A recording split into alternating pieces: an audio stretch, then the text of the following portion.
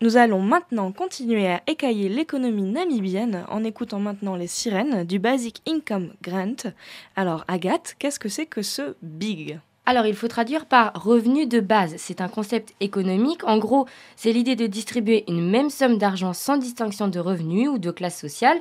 Cette aide universelle est utilisée pour réduire les inégalités et lutter contre la grande pauvreté, mais pour ses détracteurs, elle pousse à la paresse et à l'assistanat. Vaste débat. Et pourquoi cette question intéresse particulièrement la Namibie? Eh bien, figurez-vous que depuis 2008, un projet pilote est mis en place dans les villages d'Otchivero et Omitara, devenus les laboratoires de ce minimum garanti. On a distribué aux milliers d'habitants de moins de 60 ans 100 dollars namibiens par mois, l'équivalent d'un tiers du minimum vital, dans un pays où presque 35% de la population vit avec moins de 1 dollar par jour. Alors, réduction du chômage, de la criminalité, de la sous-alimentation, augmentation de la scolarisation, les résultats sont plus que positifs. Le nombre de personnes vivant sous le seuil de pauvreté est passé de 76 à 37%. Et derrière ce pourcentage se cachent aussi des mécanismes plus surprenants, comme le développement de l'auto-entrepreneuriat. Un homme, par exemple, a commencé à fabriquer des briques pour sa maison avant d'en vendre à ses voisins. Une autre a ouvert son atelier de coiffure. C'est tout l'artisanat local qui s'est développé et une véritable économie s'est mise en place. L'infirmière des villages a également remarqué que les habitants venaient plus souvent au dispensaire parce qu'ils pouvaient désormais s'affranchir des 4 dollars de consultation. Avant l'établissement du Basic Income, ils avaient trop honte de demander un crédit et donc de venir se faire soigner. Une très bonne initiative, donc est-ce que la Namibie a réussi à finalement transformer l'essai? La rapporteuse de l'ONU sur l'extrême pauvreté et les droits de l'homme, Magdalena Sepulveda, a demandé il y a 2 ans l'élargissement du revenu de base au pays entier.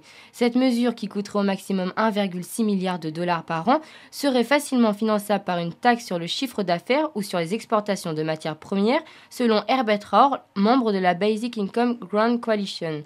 Alors cette coalition, c'est une alliance d'églises, de syndicats et d'associations de jeunes et de femmes. C'est ce groupe qui a lancé l'expérience en 2008. Le gouvernement, lui, se tient à l'écart, il préfère suivre les recommandations du FMI, hostile à ce minimum garanti. Par conséquent, la coalition ne peut compter que sur elle-même pour pérenniser son projet. Début 2012, elle s'était confrontée au manque de moyens. La réduction de l'allocation à 80 dollars namibiens n'a pas suffi.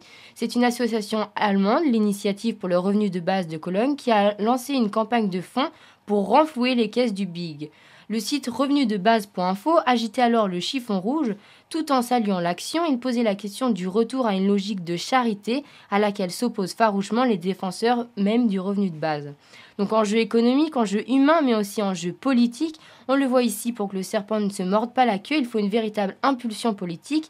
Le revenu de base n'est pas dans les programmes présidentiels de la SWAPO, le parti traditionnel au pouvoir, contrairement au parti d'opposition, le RDP, qui en a fait un de ses arguments de campagne. On saura donc vendredi lors des élections le sort qui sera réservé au BIG. Merci beaucoup Agathe pour ce tour des enjeux de la campagne présidentielle.